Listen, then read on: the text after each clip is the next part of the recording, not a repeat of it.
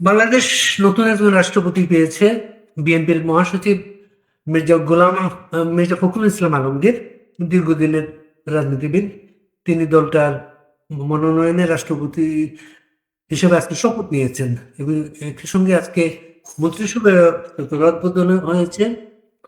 পররাষ্ট্র প্রতিমন্ত্রী হয়েছেন লন্ডন থেকে আসা তারেক রহমানের উপদেষ্টা হুমায়ুন কবির, যাকে কিন্তু পররাষ্ট্রমন্ত্রী খলিলুর রহমানের পাহারাদার হিসেবে সবাই অনেকে বলেন, যে তারেকের একটা অবিশ্বাস থেকে সব জায়গায় কিন্তু হুমায়ুন কবির সঙ্গে থাকেন তার সঙ্গে।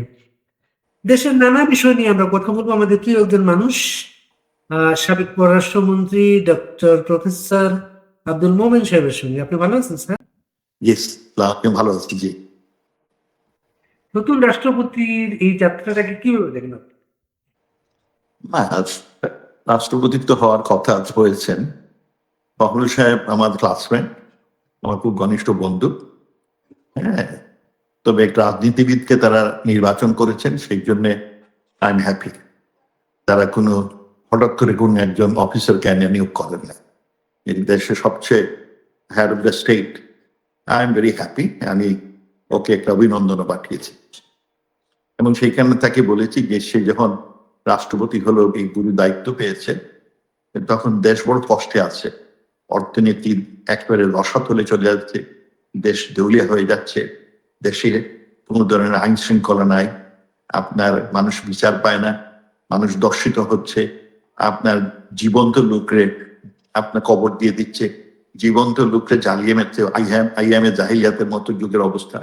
এই কঠিন সময়ে সে একটা বড় দায়িত্ব পেয়েছে। আমি ওরে বলেছি যে তুমি যদি কিছু কাজ করতে পারো, দেশের স্থিতিশীলতা আনতে পারো, কারণ বর্তমানে অর্থনৈতিক এবং রাজনৈতিক অস্থিতিশীলতা বিরাজ করছে, মানুষ বড় অসন্তুষ্ট। এই অবস্থায় তোমার কাজ হবে দেশের স্থিতিশীলতা আনা। তুমি একজন ম্যাচিওর লোক, তুমি হয়তো চেষ্টা করলে সেটা সম্ভব, এবং স্থিতিশীলতা আনার জন্য যেটা দরকার সবাইকে নিয়ে কাজ করা, এবং সেই উদ্যোগে আওয়ামী লীগের উপর থেকে এই নিষেধাজ্ঞা প্রত্যাহার, সকল মিথ্যা মামলা প্রত্যাহার, বিচার বিভাগের স্বাধীনতা স্বচ্ছতা নিশ্চিত করা, এইগুলো যদি করতে পারো then you'd be a success story. আর নতুবা মনে রাখো যে এই সব কাজ ক্ষণস্থায়ী, জীবনটাই ক্ষণস্থায়ী। তুমি যদি সম্মানের সাথে বিদায় নিতে চাও, তাহলে তোমাকে দেশের স্থিতিশীলতা আনার জন্য চেষ্টা করতে হবে, আর নতুবা আস্থা বলে তো তোমাদের বিদায় হবে। আমি সেটা লিখেছি। আপনি একটু স্যার একটু ফ্রেমটা একটু ঠিক করি। আপনি একটু আপনার ডান পাশে একটু সরবেন আপনি। যে আপনার ডান পাশে একটু সরবেন আজকে আপনি। ডান পাশে একটু সরবেন আপনি। হ্যাঁ, এইদিকে হ্যাঁ, হ্যাঁ, হ্যাঁ। ঠিক। সরি, না ঠিক আছে। চমৎকার স্যার। এটা কি আপনি ইমেল করেছেন না ফোন করেছেন? ফোনে ফোনে? ফোনে উনি নিশ্চয়ই আপনার ফোনটা পেয়ে খুব খুশি হচ্ছেন উনি। না, আমি ওনাকে টেক্সট মাস পাঠিয়েছি। ও টেক্সট পাঠিয়েছেন। হ্যাঁ, এই যে এটা খুব গুরুত্বপূর্ণ, এখন খুব গুরুত্বপূর্ণ সময় এটা। উনি একটা জাতির যে অবস্থা দেশের আর কি, কোনো কিছুই আইন শৃঙ্খলা নাই, বিদ্যুৎ নাই, গ্যাস নাই, স্টেবিলিটির কোনো গ্যারান্টি নাই, কারখানা সব বন্ধ হয়ে যাচ্ছে। খুবই গুরুত্বপূর্ণ একটা সময় উনি এই রাষ্ট্রীয় দায়িত্ব পালনের মতো উনি একটা সুযোগ পেয়েছেন কিন্তু এটা। আমি সেই প্রেক্ষিতে লিখেছি, যদিও আমাদের দেশে প্রেসিডেন্ট ইজ এ টিউটুলার হেড, তার ক্ষমতা খুব সীমিত, বা যেহেতু তিনি তার দলের মহাসচিব ছিলেন এবং ইজ এ গুড পার্সন, তার জন্য আমার পুরনো ঘনিষ্ঠ বন্ধু, সেই জন্য আমি তাকে লিখেছি। ইনশাআল্লাহ সে সেই ব্যাপারে কাজ করলে ভালো, দেশের অবস্থা ভালো হবে, কারণ দেশ বড় কষ্টে আছে। একটা সাজানো গুছানো অর্থনীতি ধ্বংস হয়ে গেছে গত 2 বছর, এটা স্বীকার করতেই হবে। Anybody with little bit of গিল্লু সে স্বীকার করবে যে আপনার দেশটা রসাতলে চলে যাচ্ছে, আপনার ব্যাংকের লোন কন্টিনিউয়াসলি নেওয়া হচ্ছে, রেভিনিউ ফল করেছে, প্রোডাক্টিভিটি ফল করেছে। কোথায় 6.8% জিডিপি গ্রোথ রেট ছিল, এখন 2.2-তে আসছে, আগামীতে নেগেটিভ হয় কিনা সন্দেহ আছে। আর আপনি যেটা বললেন ফ্যাক্টরির পর ফ্যাক্টরি বন্ধ হয়ে যাচ্ছে, তেল গ্যাস জ্বালানি কিছুই নাই। আর সবচেয়ে দুঃখের বিষয় যে শেখ হাসিনা সরকার আগামী 15 বছরের জন্য 2023 সালে এগ্রিমেন্ট করে কাতারের সাথে যে 2038 সাল পর্যন্ত আপনার খুব সস্তা দরে গ্যাসের কিটা করে কন্ট্রাক্টটা করে। তারপরে ইউনূস সরকার এসে তিনি একটা বায়না ধরলেন, বললেন যে কাতার সরকার শেখ হাসিনায় ঘুষ দিয়েছে, সেই জন্য শেখ হাসিনা 15 বছর দীর্ঘমেয়াদী চুক্তি করেছেন। আর ওইটা ক্যান্সেল করে দিয়ে আপনার আমেরিকার সাথে 2.5 গুণ বেশি দামে এই জ্বালানি চুক্তি করলেন। কাতার তখন একটু রাগ করলো, তখন ইউনূস সাহেব কাতারে স্বেচ্ছায় সেখানে গেলেন, গিয়ে তার কাছে মাপটাপ চাইলেন। হ্যাঁ, মাপটাপ চাইয়ে বললেন যে আই এম সরি, আমি ভুল করে ফেলেছি। কিন্তু তখনও তারা আর এই চুক্তিটা নবায়ন হয় নাই। এখন আমি শুনেছি যে আমাদের পররাষ্ট্রমন্ত্রী ডক্টর খলিল ওই চুক্তিটাই নবায়ন করার জন্য আপনার বারবার কাতার যাচ্ছেন, ওদের সাথে আলাপ টালাপ করতেছেন। এখানে একটা ঘটনা ঘটছে যে মার্কিন চুক্তি বা কোম্পানি থেকে কেনা হচ্ছিল পিটার হাসের যে কোম্পানি, পিটার হাসের কোম্পানি আগুন লেগেছে, ওইখানে আগুন লেগে ওইটা প্রোডাকশন বন্ধ হয়। দ্বিতীয়ত আপনার আমি যেটা শুনেছি, মার্কিন কোম্পানিটি যিনি যারা সাথে ওনারা এগ্রিমেন্ট করেছেন, ওরা এখনো আপনার মার্কেটিং নাই, করে তৈরি করতে হবে। তারপরে আর এইগুলো এই যে জ্বালানির ব্যাপার স্যাপার, এগুলো ইলেকট্রিক বাতির মতো না বললেই হলো, এটা সময় সাপেক্ষ ব্যাপার। সুতরাং ওই ধারে কাছেই নাই, কিন্তু ওনারা আপনার ওই বাহাবা পাওয়ার জন্য, ওদের খুশি করার জন্য এই চুক্তিটা করে ফেলে, একটু লুকিয়ে লুকিয়ে চুক্তিটা করে। কাতারও ইরান যুদ্ধকে কেন্দ্র করে তাদের যে অবকাঠামো এটা ক্ষতিগ্রস্ত হয়েছে, তারাও বলছে তাদের এটা ঠিক করতে সময় লাগবে। তাদের স্বাভাবিক, নষ্ট হলে তো সময় লাগবে। আর এটা এমন বড় কোম্পানি না যেটা তার বিভিন্ন রকম বিভিন্ন দেশে তার প্রতিষ্ঠান আছে, এটা খুশি করার জন্য করেছিলেন। ধরে বাংলাদেশের পররাষ্ট্র মন্ত্রণালয়ের দায়িত্বে ছিলেন, পররাষ্ট্র মন্ত্রণালয় পররাষ্ট্র কূটনীতিক কোন অবস্থায় বাংলাদেশের এখন? আমার মনে হয় খুব তলানিতে আছে।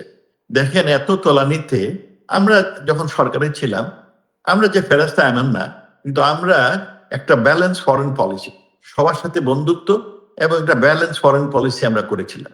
বড় বড় সরকার, আমেরিকা বলেন, ইউরোপ বলেন, ব্রিটেন বলেন, আপনার ফ্রান্স বলেন, ইতালি বলেন, আপনার ইন্ডিয়া বলেন, চায়না বলেন, রাশিয়া বলেন, সবার সাথে এমনকি ওআইসির কান্ট্রি, সৌদি আরব, ইউএই, ওমান, এই টার্কি, সবার সাথে সুসম্পর্ক গড়েছি।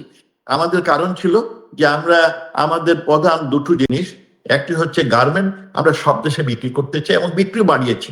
আমরা যখন সরকারে আসি তখন আমাদের এক্সপোর্ট ছিল $10 বিলিয়ন, আমরা সেটা 60 মিলিয়নে উন্নীত করেছি।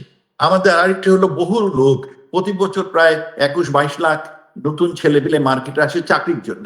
আমরা চাকরির সংস্থানের জন্য খুব চেষ্টা করেছি, সবার সাথে সুসম্পর্ক।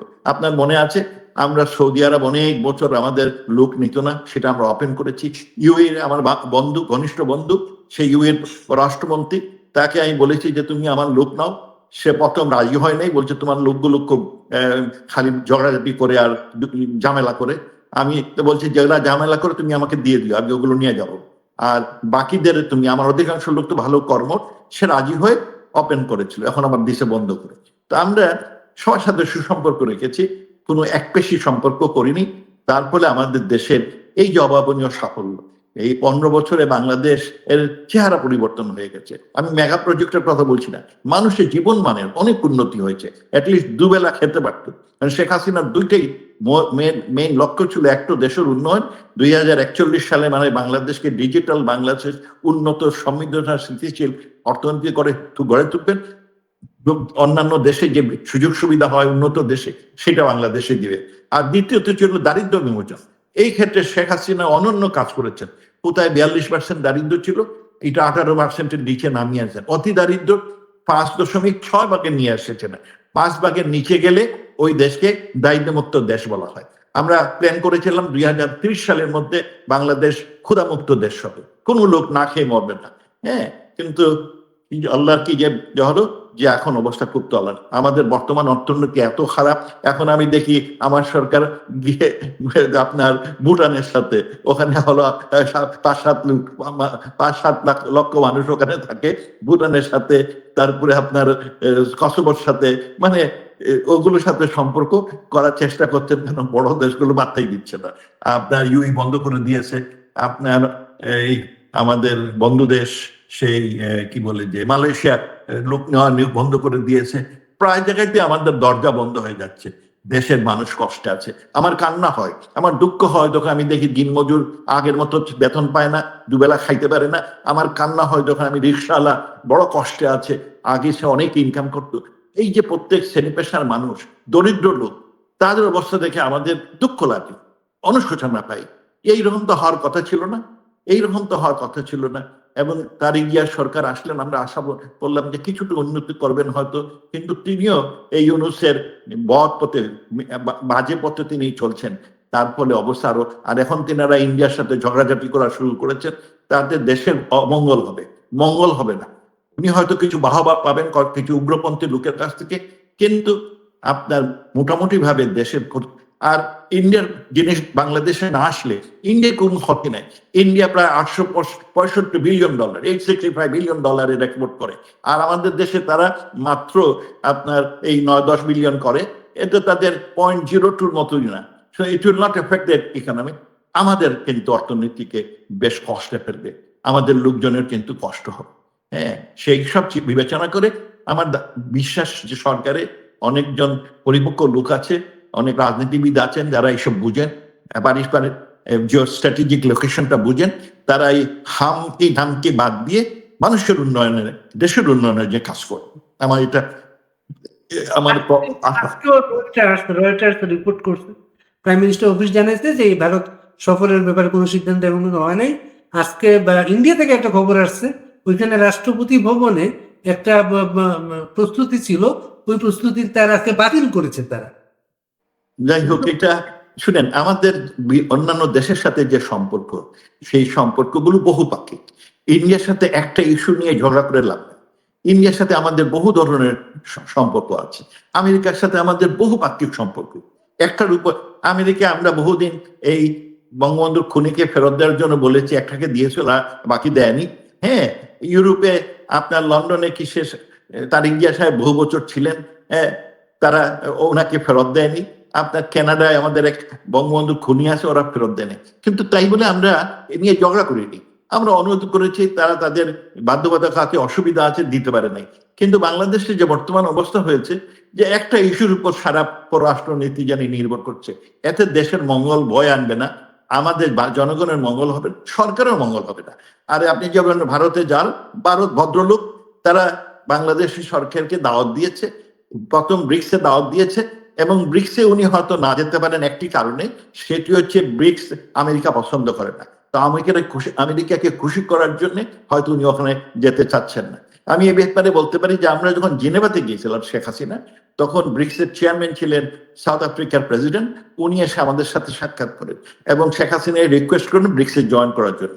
শেখ হাসিনা বলেন, আমি নীতিগতভাবে কোনো আপত্তি নাই, কিন্তু দেখেন আমার ব্যবসা খুব কম, আমার প্রধান বড় ব্যবসা হয় চায়নার সাথে আর ইন্ডিয়ার সাথে। আমরা ওই দুধের সাথে আমাদের কারেন্সিতে ব্যবসা করার একটা নীতিগত আমরা কি করেছি, সমঝোতা এসেছি। শুধু আমার এরকম ডলার নাই যে আমি কি করব। আর দ্বিতীয়ত, আমরা ওনাকে বললাম যে আমরা আপনাদের এই নিউ ডেভেলপমেন্ট ব্যাংক, এই ব্রিক্সের যে ব্যাংক, আমরা এটাতে জয়েন করেছি। আপনারা ইতিমধ্যে আমাদের $70 মিলিয়ন বিভিন্ন রকম কন্ডিশনালিটি ছাড়া আমাদের এটা অনুদান দিয়েছেন, we are thankful to you. আমরা আপনাদের অনুরোধ পেলাম, আমরা এটা বিচার বিশ্লেষণ করব, আমরা পরে আপনাদের জানাব। পরবর্তীতে আমরা ব্রিক্সে জয়েন করার জন্য কোনো পিটিশন দেই নাই।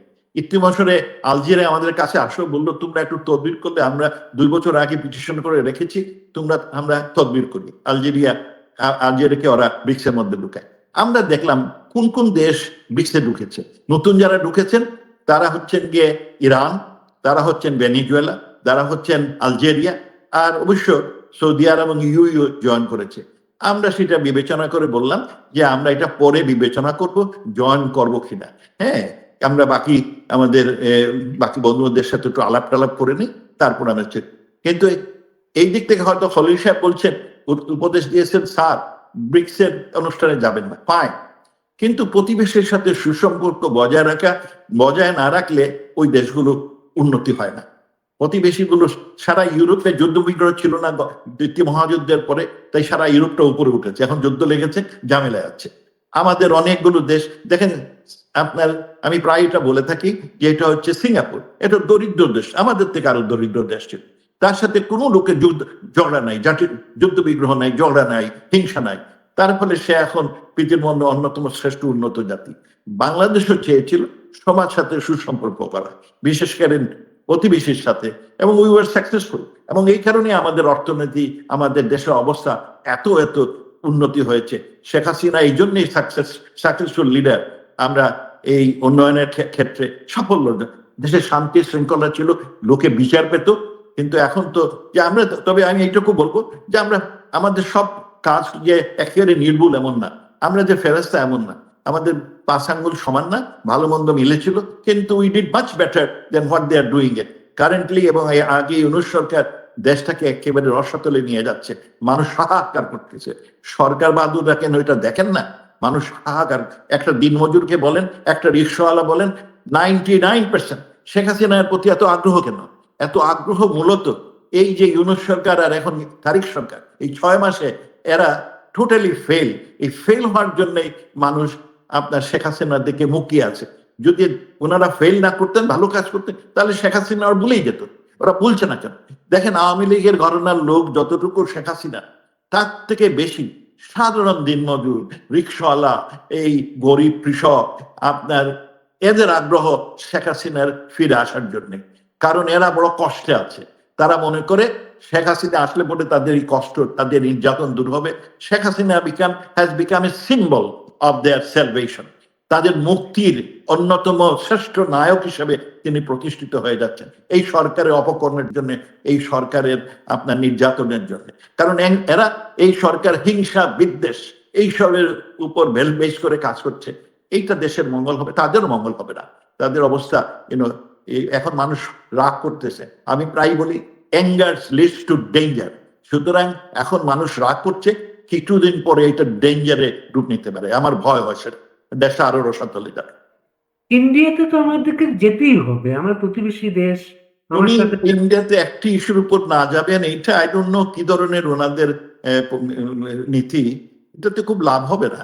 কারণ ইন্ডিয়ার সাথে আমাদের বহুপাক্ষিক সম্পর্ক, ইট ইজ ওয়ান ইস্যু যে, কিন্তু উনি গেলে, যেটা ইন্ডিয়া ভারতীয় হাইকমিশন বলেছে যে দুজন যদি আলাপ করেন, দুজনের রাজনীতিবিদ, তাহলে হয়তো কিছুটা আপনার নমনীয় অবস্থা হবে। এখন তো আমার দেশে একদল যুদ্ধ করতে চায়, এই যুদ্ধ আমাদের সক্ষমতা নাই, আর যুদ্ধ করে দেশের মঙ্গল হবে। আমার অর্থনীতি অত শক্ত অবস্থানে নাই যে আমি যুদ্ধ করতে পারবো। হ্যাঁ, সুতরাং ওইসব আপনার আহামরি কথা বলে লাভ নাই, বরং বাস্তবতায় আসা উচিত। ইন্ডিয়ার সাথে সুসম্পর্ক রাখতেই হবে, চায়নার সাথে সুসম্পর্ক রাখতেই হবে, আমেরিকার সাথে, ইউরোপিয়ানদের সাথে সুসম্পর্ক রাখতে হবে। এই জিনিসটা তাদের উপলব্ধি করা উচিত। India is a big country, আর ইন্ডিয়া যদি আমাদের সাথে কোনো সম্পর্ক, তার কোনো ক্ষতি নাই। আমি ইতিমধ্যে বললাম যে তার total trade to Bangladesh is less than 0.02%। হ্যাঁ, 1%ও না। সুতরাং তার কোনো ক্ষতি না। আমার কিন্তু ক্ষতি আছে, আমার জিনিসপত্রের দাম বাড়বে, আমার হসপিটাল চলে তাদের অক্সিজেনে, আমার আপনার ডিজেল, সবকিছু চলে তাদের ডিজেলে, আমার এই বর্তমানে দেখেন না জ্বালানির কি সমস্যা, এগুলো দিনে দিনে বাড়বে, মানুষ এগুলো সহ্য করবে না। এখনো সহ্য করে আছে, কদিন পরে তারা রাস্তায় নেমে যাবে। আমি এই জন্য আপনার তারিক রহমান সরকারকে আমি সুপারিশ করি যে আপনি শেখ হাসিনার সাথে আলাপ করেন, আপনি দেশে নর্মাল সিচুয়েশন, স্থিতিশীলতা আনয়ন করেন, এবং স্থিতিশীলতা আনার জন্য 3টে জিনিস আপনাকে প্রথমে উদ্যোগে করতে হবে, নিজের উদ্যোগে। 1, আওয়ামী লীগের উপর থেকে নিষেধাজ্ঞা প্রত্যাহার। 2, যত মিথ্যা মামলা আছে সবগুলো প্রত্যাহার। আর তৃতীয়ত, বিচার বিভাগের স্বাধীনতা ও স্বচ্ছতা নিন। এইটা করলে পরে কিছুটা স্টেবিলিটি না হলে কেউ বিনিয়োগ করবে না, কোনো চাকরি হবে না, মানুষ না খেয়ে দুঃখে মরবে। এখন ইন্ডিয়া, এই যে আপনি যে বললেন, যেটা আওয়ামী লীগের নিষেধাজ্ঞা, শেখ হাসিনার সাথে কথা বলা, আপনার কি অভিজ্ঞতা কি বলে, এরা কি করবে সেটা?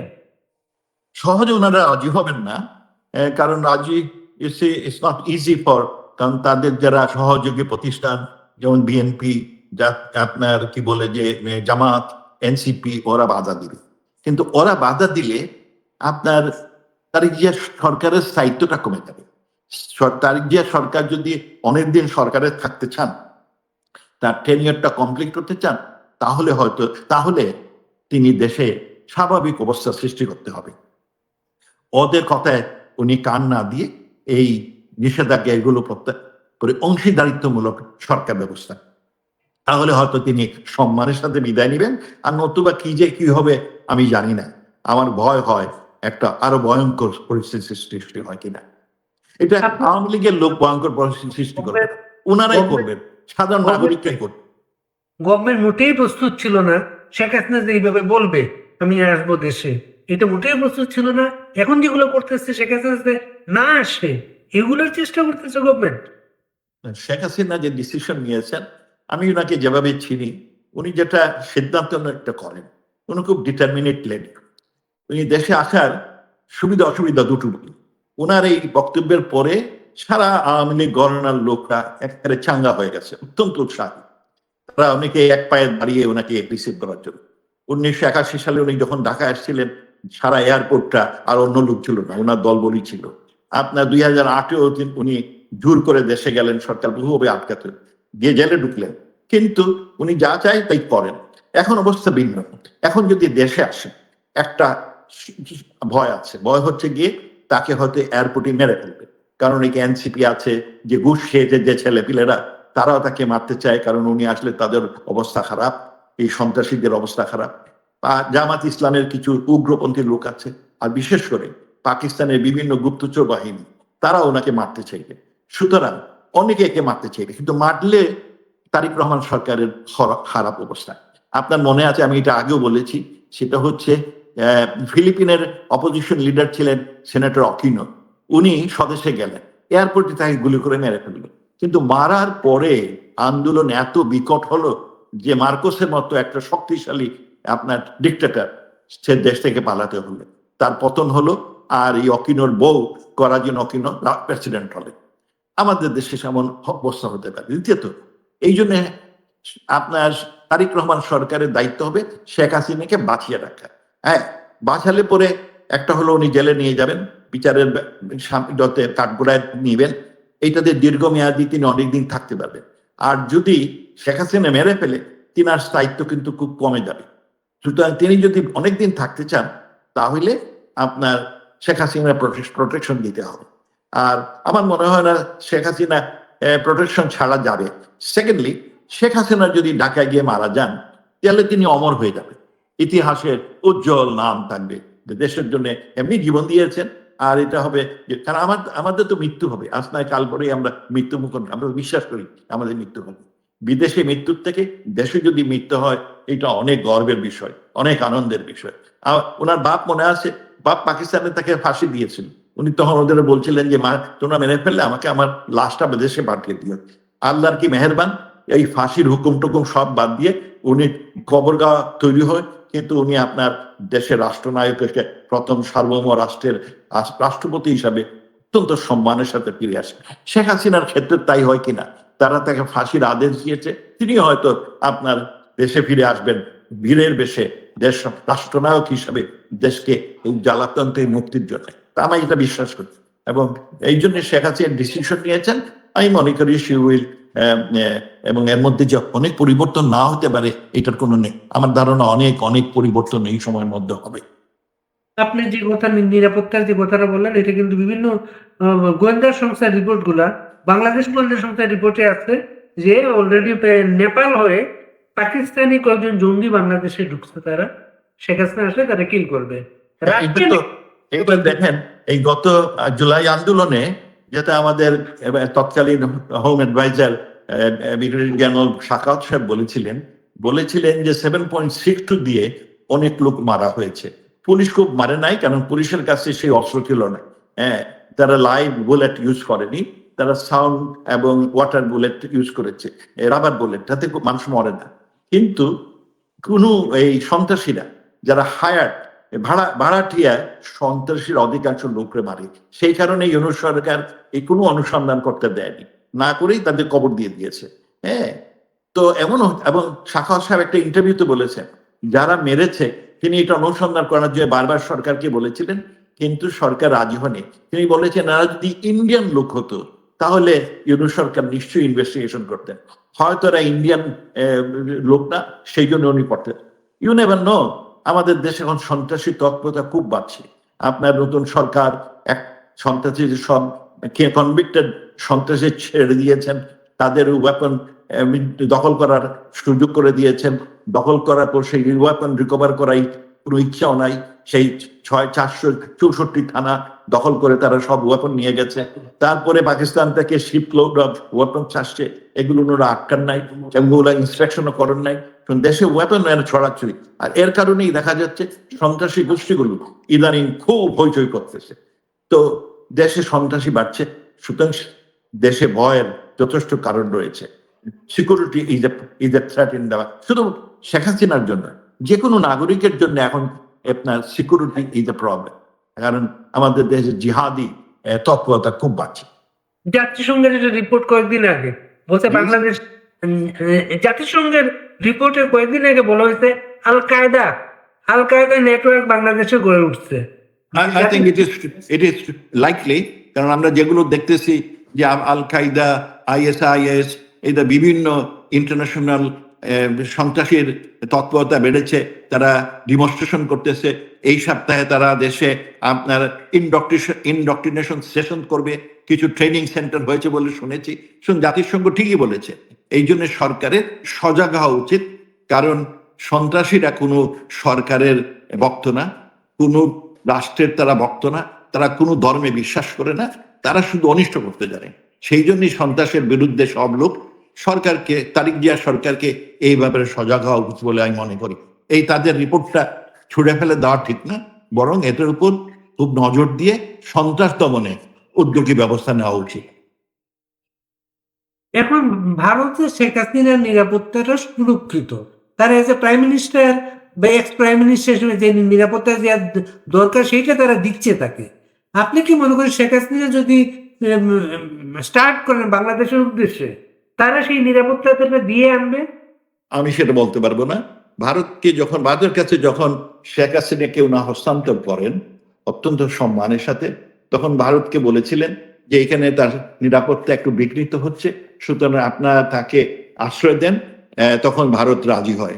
সুতরাং ভারত বর্তমানে ওকে ফুল প্রোটেকশন দিয়ে যাচ্ছে, কারণ ভারতেও আপনার সন্ত্রাসীরা আছে, তারা ফুল প্রোটেকশন দিয়ে যাচ্ছে। বাংলাদেশে যদি যখন আসেন তখন বাংলাদেশের সরকারের দায়িত্ব হবে ওনার প্রোটেকশন, তখন তো ভারতীয় সরকারের এটা দায়িত্ব হওয়ার কথা না। সুতরাং বাংলাদেশে আসলে তারেক রহমান সরকারের দায়িত্ব হবে শেখ হাসিনার ফুল প্রোটেকশন দেওয়া। বাংলাদেশে ex Indian high commissioner Pinak Ranjan Chakravarty, Veena Sikri, এরা সম্প্রতি কয়েকটা ইন্টারভিউতে বলেছে যে সরকারের ভিতরে পাকিস্তানপন্থীদের বাধার কারণে তারেক রহমান ভারতে যেতে পারছেন না। It is very much possible. হ্যাঁ, পাকিস্তান তো ভারতের জাত শত্রু, যারা চাইবে না বাংলাদেশের সাথে ভারতের সুসম্পর্ক হোক, তারা বিভিন্নভাবে বাধা সৃষ্টি করার, এটা স্বাভাবিক, ইট ইজ নাথিং নিউ। সুতরাং পাকিস্তান তো এক পায়ে দাঁড়িয়ে, আর বাংলাদেশের যে রসাতলে যায় পাকিস্তান খুশি হবে। পাকিস্তানের মাইন্ডসেট আমরা যেটা জানি, তারা মনে করে বাঙালি হলো গোলামের জাতি। আমরা যখন পাকিস্তানে ছিলাম, আমরা একসময় এক পাকিস্তানে বিশ্বাস করতাম, খুব জোরালো অবস্থান ছিল আমাদের এক পাকিস্তানে যখন বসবাস করলাম তখন দেখলাম ওরা তো আমাদের মানুষই মনে করে না, আমাদের তো আপনার কৃতদাসও মনে করে না। তারা মুসলমান হইতে পারে, কিন্তু তারা আমাদের মানুষই মনে করে না। সুতরাং পাকিস্তান চাইবে বাংলাদেশের ক্ষতি হোক। তারা বরং খুব চিন্তিত ছিল যে বাংলাদেশ তাদের থেকে অনেক ভালো করে ফেলেছে, তারা তো একটা মোটামুটি দেউলিয়ার দেশ। এখন বাংলাদেশও মনে হচ্ছে পাকিস্তানের লাইন ধরে দেউলিয়া হওয়ার পথে চলেছে। পাকিস্তানের সাথে সুসম্পর্ক করে আমাদের খুব উন্নয়ন হবে বলে আমার মোটেই ধারণা, আমার বিশ্বাস হয়। খলিলুর রহমান আমেরিকান মানুষ, তিনি কি এটা কোনো একটা বাধা তৈরি করে রাখছেন মনে হয় আপনার? ডক্টর খলিলুর রহমান খুব স্মার্ট লোক, উনি নিজের জন্য সবকিছু করতে পারেন। উনি নিজের তরক্কির জন্য হি ক্যান ডু এনিথিং। তিনি নিজের তরক্কির জন্য দেশ বিক্রি, সরকার বিক্রি করে দিতে পারেন। আর তারেক জিয়া সরকার যদি চলে যায় ওনার কোনো অসুবিধা নাই, তখন এই যে হোক আছে বাংলাদেশে, তারাই ওনাকে ডেকে নিয়ে যাবে। হয়তো তারেক জিয়া যদি চলে যায় ওনার একটা সুযোগ আছে, কারণ উনি দেখেন ইউনূসের লোক হলেন, ইউনূসকে বুদ্ধি দিয়ে তার এই জায়গায় নিয়ে আসলেন। He is a very smart man, হ্যাঁ, অসম্ভব বুদ্ধিমান, কিন্তু উনি বুদ্ধিটা কাজে লাগান নিজের কারণে, দেশের জন্য না। এই যে তিনি চুক্তি করলেন না জানিয়ে সবাই, দেখেন এই চুক্তিতে দেশের তো মঙ্গল হয়নি, উনার সুবিধা হয়েছে, উনি যথেষ্ট লেভারেজ পাচ্ছেন, লেভারেজ পেয়েছেন। সুতরাং ইউনো এই তারিক জিয়া সরকার উনার উপর বেশি ডিপেন্ডেন্ট হলে উনি মুশকিলে পড়বেন। বোধহয় এই কারণেই তারিক জিয়া সম্প্রতি উনার এই বন্ধু কে প্রতিমন্ত্রী বানিয়েছেন পররাষ্ট্র মন্ত্রণালয়। And I think this is a good step for him. এটা কি এই হুমায়ুন কবিরকে এই জন্য বলছি, কারণ তিনি হয়তো বুঝতেছেন যে তার জন্যে you know mister Khalil may not be the best. হ্যাঁ, হুমায়ুনকে এই জন্য সবসময় সাথে হাতে রাখেন যাতে উনি খলিল কিছু বিক্রি না করতে পারে। Maybe, who knows. নতুন তথ্যমন্ত্রী আসতে বাংলাদেশে আন্দালিব রহমান পার্থ, নাজিউর রহমান মঞ্জুর ছেলে। দেখেন, নাজিউর রহমান সাহেব তো আমরা জানতাম একজন অত্যন্ত দুর্নীতিপরায়ণ মন্ত্রী ছিলেন সেই এরশাদের। আর উনি এই দুর্নীতির টাকা দিয়ে ছেলে মেয়েকে বিদেশে পড়িয়েছেন, তারা সুন্দর সুন্দর কথা বলেন। আর এই পার্থ সাহেব শেখ হাসিনার ভাগনা বলে তিনি বিয়ে করেছেন শেখ হেলালের মেয়েকে, সেই কারণে উনি আওয়ামী লীগ সবসময় ওনাকে খুব সহায়তা দিয়েছে। এই জন্য উনি অনেক উল্টাপাল্টা বক্তব্য দিলে আওয়ামী লীগ তাকে কখনো কোনো শাস্তি দেয় নাই, তারা সবসময় সুখে রেখেছে। তো এই সুখের মধ্যে ওনার বুতে খিলাচ্ছে, এখন তিনি এই সরকারের মন্ত্রী হয়েছেন। কিন্তু আই ডোন্ট নো, উনি ভালো ভালো কড়া কথা বলতে পারেন, সুন্দর বক্তব্য দেন, হ্যাঁ, কিন্তু আই ডোন্ট নো হোয়াট ওনার দ্যাটটা কি আছে আমার জানা নাই, আমার সাথে ওনার কোনো পরিচয় নেই। ডক্টর মঈন খানকে স্থানীয় সরকার মন্ত্রী করা হোক। This is a better choice. Moin Khan একজন সম্মানিত লোক, আমি ওনাকে চিনি। উনি ফিজিক্সের ছাত্র ছিলেন, তারপরে বিদেশে যখন স্কলারশিপ পান, আওয়ামী লীগ সরকার ওনাকে বিদেশে পাঠায়। তখন দেশে ছিল যে লোকজনরে পাঠানো হতো না, তিনি তেনার পাসপোর্ট টাসপোর্ট আমরাই করে দিয়েছিলাম তৎকালীন আওয়ামী লীগ। ওনার ভদ্রলোক ছিলেন, অত্যন্ত পুরনো আপনার সিনিয়র কি বলে ব্যুরোক্রেট এন্ড জেন্টলম্যান। সুতরাং I think this is a good choice. আমলে সেই ব্যুরোক্রেট সিনিয়র জেন্টলম্যান, তার আমলে ৭৪-এর দুর্ভিক্ষ, ওই সময় খাদ্য সচিব ছিলেন তিনি। তার আমলে ৭৪-এর দুর্ভিক্ষ যেটা হয় ওই সময় সেইটা দুর্ভিক্ষ তো একাধিক কারণে। শুনেন, উনি সেক্রেটারি ছিলেন তখন, ফুড সেক্রেটারি ওনার বাবা। বাট যেগুলো ব্লেম ফ্লেম দেওয়া হয়, he is a true bureaucrat, he is a good bureaucrat. আমার সাথে ঘনিষ্ঠ পরিচয় ছিল। এবং ওনার এই যে মঈন খানের আপনার ভালো গিয়ে মঈন খানের মার ভাই, উনি মুক্তিযোদ্ধা, আমাদের ঘনিষ্ঠ অধ্যাপক গিয়াসউদ্দিন আহমেদ ঢাকা বিশ্ববিদ্যালয়ে ছিলেন। ওনাকে 14ই ডিসেম্বরে আপনার ওরা সন্ত্রাসীরা আলবদর আলসাম মেরে ফেলে। হি ওয়াজ এ গুড ম্যান। ওনার সাথে আমি মুক্তিযুদ্ধের সময় কাজ করেছি, হ্যাঁ। এবং মঈন খানের আরো আত্মীয় স্বজন, নুরুল, ওনার খালা খালু, দেয়ার অল মানে মুক্তিযুদ্ধের সপক্ষের লোক। আর ওসমান, ওনার বাবা সরকারি চাকরি করেছেন, পরে অবশ্য আপনার জিয়া সাহেব তাকে কি বানান, ক্যাবিনেট সেক্রেটারি, এবং পরে বোধহয় অ্যাডভাইজার হন, মন্ত্রী হন, হ্যাঁ। বাট ওনার কারণেই যে দুর্ভিক্ষ হচ্ছে আমি এটা বিশ্বাস করি। তখন আপনার যুদ্ধের সময় সব ধ্বংস হয়ে যায়, আর আমাদের তখন প্রোডাকশন খুব কম ছিল। বিদেশ থেকে আমরা তখন ওই কিসের 481 যত 480 আন্ডারে গম আনতাম আমেরিকা থেকে। হঠাৎ করে আমেরিকা এই যখন খারাপ অবস্থা, তখন গমের জাহাজটা আপনার কি করে ফেলে, ডাইভার্ট করে ফেলে একটি সুতা দিয়ে, যে আমরা কিছু জুট বিক্রি করেছি কিউবাকে এই জন্যে। সুতরাং ওইটা স্কোয়ারলি ওনাকে ব্লেম দেওয়া ঠিক হবে না, ইটস নট রাইট। মঈন খান মন্ত্রী হওয়ার পরে একটা নিউজ আসছে বিভিন্ন জায়গায় যে উনি যৌবনে আর কি নায়িকা ববিতাকে বিয়ে করতে তিনি প্রেস ক্লাবের সামনে একদিন অনশন করেছিলেন। আমি এসব জানি না, I am sorry, I don't know. আমি উনি ওনার ওয়াইফ দুজনকে চিনতাম। তারা যখন বিদেশে আসেন, আমি তাদের বিদেশে যাওয়ার ব্যবস্থা করেছিলাম। এনওসি তখন লাগতো, নো অবজেকশন সার্টিফিকেট। আর তখন আমাদের যিনি ওইখানে ডেপুটি সেক্রেটারি ছিলেন আপনার ডক্টর সাদাত, উনি খুব কড়া লোক ছিলেন, উনি কাউকে এনওসি দিতেন না, হ্যাঁ, বিদেশে যাওয়ার জন্য। তখন মোকাম্মেল হক সাহেব তখন এডুকেশন সেক্রেটারি ছিলেন, উনি সাদতের উপরে কখনো ক্ষমতা দেখাতেন না। তবে ওখানে একজন ছিলেন ডেপুটি সেক্রেটারি খসরুজ্জামান, মুক্তিযোদ্ধা খসরুজ্জামান, সাদত মুক্তিযোদ্ধা। খসরুজ্জামান সাহেব আবার খুব ব্রড মাইন্ডেড ছিলেন। উনি ওইগুলো এনওসি দিয়ে দিতেন। আমি বলতাম, উনি যদি ওই ব্রাঞ্চের না, তো বলতেন যে শুনো মোমেন, হাকিম নড়ে কিন্তু হুকুম নড়ে না, আমি হুকুম দিয়ে দিব, তারপরে আমাকে তারা যদি বিতাড়িত করে দ্যাটস ওকে, বাট আমি দিয়ে দিব। তো এইভাবেই ওই যে কি এসেছিলেন বিদেশে পড়তে, ইজ এ ব্রাইট স্টুডেন্ট, এবং আমার ধারণা যে তার চয়েসটাকে মন্ত্রী বানানোটা ভালো হয়েছে। আজকে বাংলাদেশের বিশেষ একটা দিন 21শে আগস্ট। এই দিনটাতেই কিন্তু 2004 সালের এই দিনটাতে শেখ হাসিনাকে হত্যার চেষ্টা করা হয়েছিল। সেই হত্যা মামলার যারা অভিযুক্ত তারা সবাই খালাস, তারেক রহমান প্রাইম মিনিস্টার, আর ভুক্তভোগীরা সবাই কিন্তু পালিয়ে বেড়াচ্ছেন। এটাই দেশের জন্য সবচেয়ে দুঃখজনক। দেখেন, এই 21শে আপনার এই সন্ত্রাসের বিরুদ্ধে র্যালি হয়, আওয়ামী লীগের র্যালি, সেইখানে গ্রেনেড হামলা হয়, তাতে 24 জন মারা যায়। হ্যাঁ, আওয়ামী লীগের মহিলা প্রেসিডেন্ট উনিও মারা যান। শেখ হাসিনা আল্লাহর মেহেরবান বেঁচে গেছেন। 370 জনের মতো আপনার কি হয়, ইনজিওর্ড হয়। অনেকেই সারা জীবনে তাদের গায়ের মধ্যে এই স্প্লিন্টার নিয়ে আছেন। আওয়ামী লীগের নেতাকর্মীরা শেখ হাসিনাকে আপনার এই বাঁচিয়ে ফেলেন, আর আল্লাহর মেহেরবান হয়। হ্যাঁ, এই এই কেসে এই যে দুর্ঘটনা ঘটেছে, 24 জন লোক মারা গেছে, 370 জন আহত হয়েছে, গ্রেনেড হামলা হয়েছে, গ্রেনেড পাওয়া গেছে। হ্যাঁ, তারপরে যারা দুর্বৃত্ত, যারা এই সন্ত্রাসী কাজ করেছে, তাদের নাম, তাদের সব পাওয়া গেছে।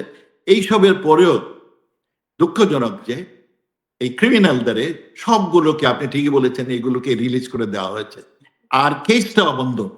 মানে বাংলাদেশের এই জন্যেই বাংলাদেশের বিচার বিভাগ হয়ে গেছে একটা হাসি তামাশার প্রতিষ্ঠান, vehicle of extortion, vehicle of intimidation and corruption.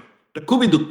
দেশে বিচার বিভাগ, এই জন্য আমি বলেছি, বিচার বিভাগের স্বচ্ছতা এবং নিরপেক্ষতা, এইটা না দেখেন, এইটা যদি না হয়, আমেরিকা বড় শক্তিশালী দেশ, এর বিচার বিভাগ অত্যন্ত শক্তিশালী। আমাদের দেশে বিচার বিভাগটা শেষ, আর এইটা একটা বড় প্রমাণ। এইটা একটা কেসে আজকে আমরা খুব দুঃখিত যে এইরকম একটা কেস, যেটা সবাই আমরা জানি ঘটনা ঘটেছে, হ্যাঁ, তারপরে তারা সবাইকে খালাস করে দিয়েছে, আর খুনিকে রাষ্ট্রপ্রধান করে ফেলেছে। এটা একটা হাস্যস্পদ। কবে যে আমরা এই থেকে উন্নত হবে আমি জানি না। আমি তবে আশাবাদী, একদিন না একদিন এই খুনিদের বিচার হবে, দেশের অবস্থার উন্নতি হবে, বিচার বিভাগের স্বচ্ছতা এবং নিরপেক্ষতা ফিরে আসবে। আমরা শেষ করবো স্যার। শেষের একটা কথা আপনার বলেছে, খুব গুরুত্বপূর্ণ মনে হয়েছে আমার, যে শেখ হাসিনা জীবনের ঝুঁকি নিয়ে দেশে ফিরে আসছেন। তিনি হয়তো অমর হবেন, জীবন দিয়ে হলেও এই দেশের মানুষের জন্য, উনি কিছু করার জন্য দেশে উনি শেখ হাসিনার কিছু লস করার কোনো কারণ নাই। শেখ হাসিনা বাপকে হারিয়েছেন, মাকে হারিয়েছেন, 3টি ভাইকে হারিয়েছেন, আপনার ভাইয়ের বউগুরু হারিয়েছেন, আত্মীয় স্বজন হারিয়েছেন, 16 জন পরিবারে হারিয়েছেন। আল্লাহর মেহেরবান, তিনি জীবিত আছেন।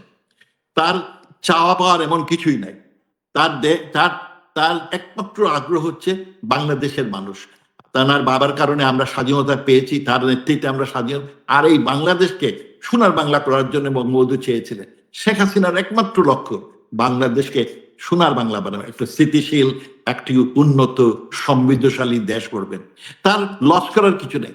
এখন তিনি দেশে গেলে যদি মেরে ফেলে, ডাজ নট ম্যাটার, তিনি অমর হয়ে থাকবেন। আর তবে দেশের যদি মঙ্গল হয়, শি উইল ডু ইট, কারণ ওনার সবচেয়ে বড় আকর্ষণ হচ্ছে দেশের মানুষ, দেশের মঙ্গল।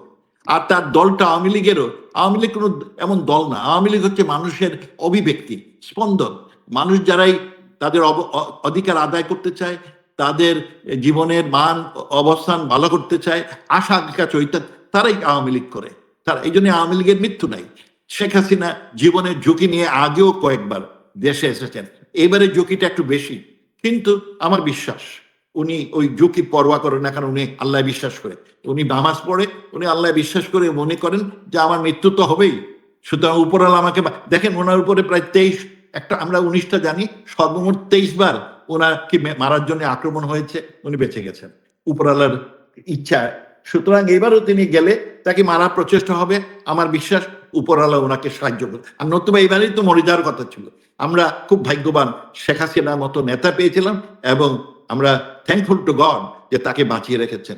আর বাঁচিয়ে রেখেছেন বলেই এখনো আওয়ামী লীগ এক হয়ে ঐক্যবদ্ধ আছে। আমার বিশ্বাস উনি যেটা বলেন সেটা করেন এবং যখন উনি ফিরবেন তখন দেশের অবস্থা অন্যরকমের। বর্তমান যে অবস্থা তার থেকে অনেক অনেক পরিবর্তন হবে। এমনও হতে পারে যে এয়ারপোর্টের কাছে সরকারের লোক কেউ যেতেই পারবে না, এটা পাবলিক দখল করবে, আওয়ামী লীগের দখল করবে না। সাধারণ রিক্সাওয়ালা, আপনার দিনমজুর, খেটে খাওয়া লোক, আপনার শ্রমিক, এই যে ফ্যাক্টরি থেকে কয়েক লক্ষ চাকরি হারিয়েছে, ওরাই সারা এয়ারপোর্ট দখল করে ফেলবে। হ্যাঁ, আমার বিশ্বাস সিচুয়েশন উইল বি ডিফারেন্ট এবং আমরা বিশ্বাস করি উনি দেশে ফিরবেন, আমরাও দেশে ফিরবো ইনশাল্লাহ। অনেক ধন্যবাদ স্যার, আপনি ভালো থাকবেন।